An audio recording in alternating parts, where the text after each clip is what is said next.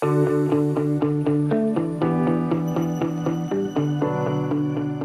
welcome to Better Business Podcast. My name is Alexei, and today I wanted to talk about my main business, YEWS Solutions, or a business otherwise known as YEWS. That's how most people know it these days. I started this business back in 2007 doing web development because that's what I was doing at the time, and I saw an opportunity that a lot of people wanted to get more done than what the company that I was working for was providing at the time. They wanted additional web pages done, websites, edits, and it was mainly all HTML back then. There's not a lot of cool stuff like WordPress or anything back then. I have been working for that company for probably about 3 years, and it really gave me a good understanding of digital marketing. Now, this is the time when Google was just starting to appear in Australia, and I found that things like Google ads were actually quite powerful for businesses to, get traction, get inquiries, and potentially get competitive advantage over their competitors. These days, digital marketing and search advertising is the norm. So YEWS Solutions, I really thought that naming a business, describing what the business was actually doing, taking the hassle out of the whole web thing, which was a bit bigger, headache to a lot of people, was a great name. Now, progressing into about 2009, I found out that a lot of people didn't just want a website. They wanted to do traffic driving, and they wanted to basically get exposure. So we started focusing on that. We started doing more of Google ads, SEO, looking into all this new things like Facebook that sort of just appeared out of nowhere. And we found that people were still not happy with the whole thing. They wanted to get conversions. They wanted to get the results. Well, it's obvious these days to look at a situation like that. But when you're sort of starting out and you look at things very literally, hey, someone wants a website, you build them a website. Someone wants traffic, you get them traffic. You don't really understand the end result. So around 2011, 12, I started looking into things more specifically from the perspective of outcome. So we sort of transitioned into that results agency mode, which is what we consider ourselves today, where we started focusing specifically on results. Now, what that means is that a lot of people, when they come to you, oftentimes they'll be saying, hey, I want to do SEO or Google ads or, Facebook, whatever. And when you start challenging the whole thing, you quickly find out that people are just really after the results. And oftentimes they really don't know exactly what's going to work best for them. And you just have to really cut through all that, conversation to get straight to the point. Because a lot of the time people tell you things like, I want to rank for, roofing company Brisbane, for example. And if you rank for a keyword like that, oftentimes that doesn't quite align with the results that you'd be getting. Like a lot of people may be searching that, but it doesn't necessarily mean that that's the best keyword for you to get, inquiries. So there's actually more to it. And ranking for every single keyword is obviously not an option. So this is where Google Ads came in. Anyway, long story short, we basically tailored specifically around the results. And we're able to, build quite a portfolio of customers across lead generation, where people want to get phone calls and inquiries via email, as well as sales through their online stores and so on and so on. We also found that, other areas of business, like, integrating various platforms, making sure they talk to one another, sending out email blasts, helping people with CRMs and integration was really, quite a problem. So we actually started looking into things like that because of my technical background and a few of the guys who work for me. That was really quite an easy thing for us. So that's in a nutshell, YEWS Solutions, or YEWS, as my main business. Everyone knows it is YEWS, and personally, I think if I look back and look into the actual name itself, we probably should have called it something short and sharp. But it's a little bit too late now when you've built up this whole authority specifically around this subject, and that's how most of our customers know us. It's short and simple, and I think in Australia everyone appreciates something short. Getting people to spell out something long doesn't quite work. How I ended up in this whole digital marketing game was on the back of my uni degree. I studied at QUT. I jumped through just about every single major. I went through software development, networking, data systems, and so on and so on. I basically was getting close to my final year, and I found that I needed to do something in order to graduate. And they basically came up with this new major, which was e-commerce, which pretty much combined all the subjects that I'd done. I had to do one project, which I did over summer, and I was able to graduate with Bachelor's of Information Technology, majoring in e-commerce. Now, what that means back in 2004 is pretty much you'd be building a website using HTML. You'd be, creating your own databases from scratch. For those of you who are technical, probably doesn't mean very much, but it's basically writing everything from scratch. And, things like security, being found in Google and so on were not even a problem back then, because things didn't really work that way. In fact, out of a 500 people audience, when our lecturer asked who's bought anything online, maybe 2 or 3 people put up their hands. I think right now, if anyone at the age of about 19 or 20 would be asked the same question, it'd be a very opposite effect, if not 100% of people would put up their hands. So that's the background. And I guess when I started working with websites and putting together campaigns, it's always been about a trial and error, which in reality is what marketing is all about. And what happens is you build up this authority over time by doing a particular campaign enough times in order to understand what the potential problems are and how to sort of overcome that as well. So for me, that was quite interesting, and I was very appreciative of having a boss back at the time who was willing to spend money to experiment and try different things, and the rewards were quite good. And for me, initially, it was a little bit strange where someone would want to trial out 5 things and spend quite a lot of money to get one of those things working. It's a concept that a lot of people don't get.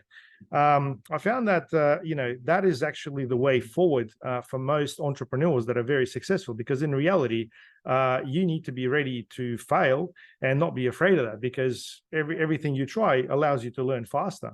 And, if I was to sort of look at the whole university degree, let's say 3-4 years you spend at a university, spend all this money. If you were to spend all this money experimenting on things and you knew exactly what you were experimenting with, I reckon you get that knowledge a lot faster. Anyway, that's a personal opinion, but you get the idea. In terms of the, inspiration for my business, I guess for the first 3 to 4 years, I pretty much worked as a freelancer. I didn't have any staff. I worked on the Gold Coast. I moved to Melbourne. I was able to travel overseas. And for me, a big inspiration was a book called 4-Hour Workweek by Tim Ferriss. Now, it was really more about working remotely, outsourcing things. And at the time, I didn't really know much about it, but I knew that working with a computer and having an internet connection is really all I needed in order to get things done. And with majority of my customers, I actually have never met them. So they're people on the other side of Australia, running their business, living their life. And it was quite fascinating to actually put that into action. But once you start doing it, it sort of becomes the norm. I then found that, getting people that are better than you to do things was the next concept. And I learned that through a book called Who Not How a little bit later, but the concept itself sort of originated back then. I found that getting people who specialize in things that I didn't specialize in really allowed me to, first of all, deliver much better value to my customers, but at the same time, also get, inquiries coming through, because a lot of the time it'd be vice versa. So for me, some of my best customers came through people who perceived to be my competitors. And I think this is a bit of a missed opportunity for a lot of businesses, where they just try to dominate the entire market, whether they specialize in something or not, they try to dominate it. And you see that a lot with digital marketing companies. You make an inquiry about a website, and then they're able to do everything. And same with managed IT services. You ask somebody to fix your router, and next thing they're doing your website. I see this all the time, and unfortunately, without the specialty, you only get what you pay for. And a lot of the time, it's almost like, yes, anyone can go and build a website these days, but can anyone build a website that actually creates sales and makes profit at the end of the day? That's what really comes down to. So we had to learn the hard way. And basically for us, it was with that particular philosophy. Finally, I guess my inspiration came from a book called, Start With Why by Simon Sinek. I found that behind every single decision or every single action, especially by the business owners, there was this why. And it was really a matter of uncovering that why in order to understand, the motivation behind why people wanted to do something and understand the value behind that change. So the whole concept of change really started to appear, because at the end of the day, people pay for a change. They have a problem, you make a solution, that change is what they pay for. And the value originates around something like that. This is the foundation for a sales process that I use, which often is referred to as the gap selling approach.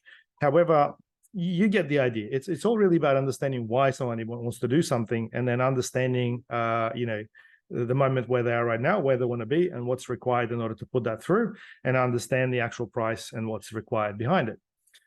So yeah, that's the philosophy behind use and why we do things like that. In terms of our clients, look, we've got quite a portfolio of customers. We've got dentists, we've got online stores, we've got lawyers, we've got a lot of niche businesses. And this is actually what I like to work with specifically, because I find that it doesn't matter how big or small you are. If you focus on a particular niche, it doesn't matter how big the competitor is. You really can outsmart them by doing things more specifically. Like, for example, one of my other businesses is a online store selling smoke alarms. It's called Smoke Alarms for Electric. I'll put a link in the description in case you're looking for that link. And we outrank Bunnings for smoke alarms, and we outrank a lot of other competitors as well. And for us, it's really more about being niche. And the keyword that people are looking for is for electric smoke alarms. So if you can understand that niche and make sure it's inch wide and mile deep, you can really hit that hard. And regardless who you're up against, you can always outsmart them and outplay them. So for a lot of my customers, one of our customers is a company called Salona Law. They've got a direction called Conveyancing Solicitors. In fact, that's the domain they have, conveyancingsolicitors.com.au. And I love that because we're just hitting that conveyancing solicitors niche and make it really specific to the areas where they want the service. And this way we get them quality leads. We make sure that everything works out and there is no time wasting, which actually is another big issue. I find that with a lot of lead generation, where people pay for marketing, a lot of marketing comes through, but the leads are not very good. And as a result, people spend too much time trying to address those leads. Now, this is an issue that unfortunately needs to be tackled from both ends. You need to make sure that the targeting is set up better, but at the same time, there is a qualifying process as well. Because a lot of the time, if someone makes an inquiry about a particular service, they've got the need. Whether they align with the way you sell or they basically are at the point to take your services is another question, and there is a way to qualify them. So yeah, it's really about understanding, I guess, the gap in the market and understand that particular niche to make things work. We've also got a couple of customers that work on specific niches. We've got a company called Icon Group, Queensland, that actually specializes in asbestos removal. So, it's a really small niche that actually enables them to tap into other services. They do roofing, they do renovations, and that for them is the main driver. They're experts in that. They know how to sell that. And from there, everything else is an upsell. It's a pretty straightforward sales process. I love working with businesses like that. One of my other favorite clients is a company called SecureLux. These guys do security screens, and they are the biggest CrimSafe provider in Southeast Queensland.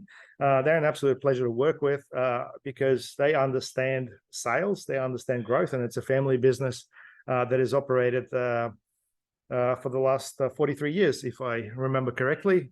So it's always good to work with a business that's well established and allow them to sort of grow over time as well. So that's always great. And what I like to do is I like to actually build a relationship with my customers. So for example, with Salona Law, they are the lawyers that I would go to if there's any matter, and vice versa, because of that particular relationship. And by the way, my foundation is really built around the whole relationship building as opposed to contracts. I don't really do contracts when it comes to digital marketing. So yeah, I guess this is a bit of a summary about YEWS Solutions, or YEWS as a company. YEWS has been around for a while. We are continuing to expand. We are in Brisbane, Sydney, Gold Coast, and Melbourne. We had a person in New Zealand for a while. We found that the market there is a little bit different, but we do focus mainly on Australian customers, although we do have a few in the US, which could be the next big thing as well. So I guess in terms of business growth, the main thing for me is I want to make sure that I invest in the right people. The right people for me are people who are coachable and people who are, first of all, capable. So when somebody comes in, it's really more about them knowing the foundation so you can actually help them develop.